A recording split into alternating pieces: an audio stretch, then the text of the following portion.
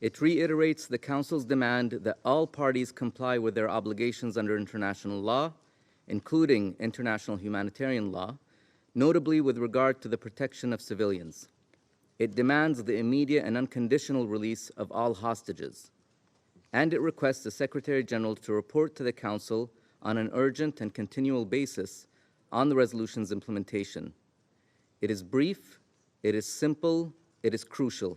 Вот уже 2 месяца Совет Безопасности ООН не может выполнить возложенную на него функцию по поддержанию международного мира и безопасности и потребовать прекращения кровопролития на оккупированных палестинских территориях и в Израиле. Причина одна – твердолобая, эгоистичная и деструктивная позиция США, которые, стремясь любыми средствами выгородить союзника, фактически запрещают Совету Безопасности ООН вмешиваться. Все это время члены Совета вынуждены слышать, что Вашингтон, дескать, сам разберется в рамках своей тихой дипломатии, а остальным, мол, лучше постоять в стороне, пока многочисленные американские эмиссары колесят по ближневосточным столицам. The United States engaged in good faith on this text.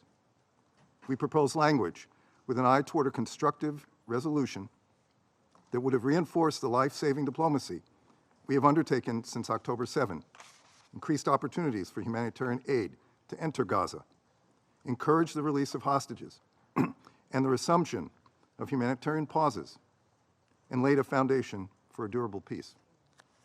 Unfortunately, nearly all of our recommendations were ignored, and the result of this rush process was an imbalanced resolution that was divorced from reality, that would not move the needle forward on the ground in any concrete way.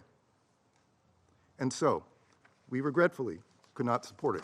This text also failed to acknowledge that Israel has the right to defend itself against terrorism, consistent with international law. This is a right to which all states are entitled.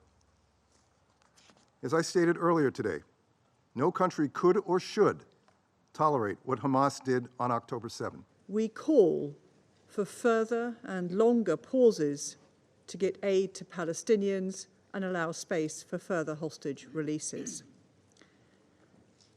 But we cannot vote in favour of a resolution which does not condemn the atrocities Hamas committed against innocent Israeli civilians on the 7th of October. Calling for a ceasefire ignores the fact that Hamas has committed acts of terror and is still holding civilians hostage. Israel needs to be able to address the threat posed by Hamas, and it needs to do so in a manner that abides by international humanitarian law, so that such attack can never be carried out again. This is the moment of truth. This is a turning point in history, and it is beyond regrettable. It is disastrous that the Security Council was again prevented from rising to this moment to uphold its clear responsibilities in the face of this grave crisis, threatening human lives and threatening regional and international peace and security.